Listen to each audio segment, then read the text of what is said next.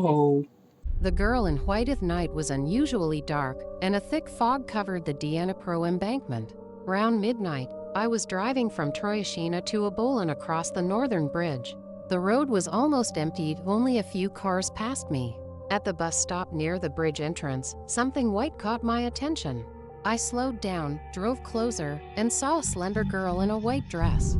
She was desperately waving her hand. She didn't look like a prostitute.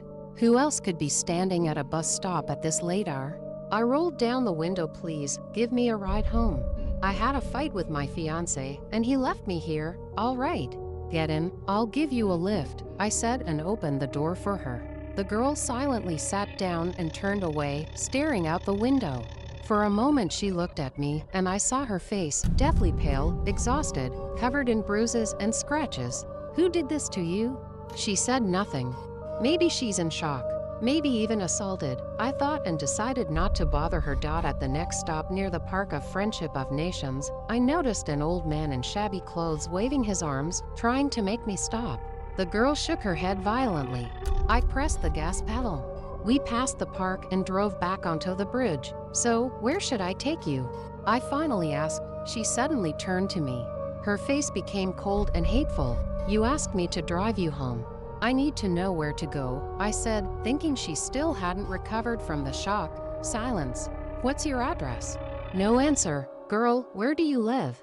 I asked, now irritated. Instead of answering, the girl let out a blood-curdling scream. My hands started shaking, and I could barely hold the steering wheel. The car swerved and spun toward the opposite side of the road. Time seemed to slow down. My blood froze. My heart pounded like crazy. My ears rang. Cold sweat ran down my back, and my hair stood on end. I was consumed by a fear I had never felt before. Then, suddenly, cold hands wrapped around my neck and started strangling me. I slammed on the brakes. The car shook violently. Kicking and gasping, I instinctively grabbed the door handle. It opened. The car hit a pothole, jolted again, and I was thrown out. Luckily, I hadn't buckled my seatbelt. I hit the asphalt hard, pain shooting through my head. The scream still echoed in my ears.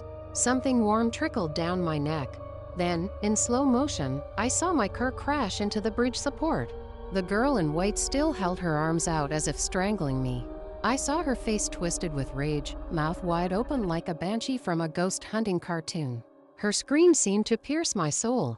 Another second, the railing broke, and the car plunged off the bridge. After a few long seconds, I heard a splash. The scream stopped. Silence. I got up, trembling all over, but the icy grip of terror faded. I looked around and saw the same old man running toward me from the stop. As he came closer, a foul smell reached me. Hey, lad, you're bleeding. Let me bandage you up. Got a shirt? I nodded. He gently took off my jacket, tore my shirt in half, and tied it around my head. I felt dizzy and sat down on the asphalt. The man checked my body. Doesn't seem like you broke anything, he said. Why did you pick that girl up? You know her. Of course I do, I live nearby. You're not the first she's nearly killed. What do you mean? She's crazy, she almost strangled me. The old man laughed. Son, she's not crazy. She's dead. What are you talking about? That's impossible. You must not drive here often, huh?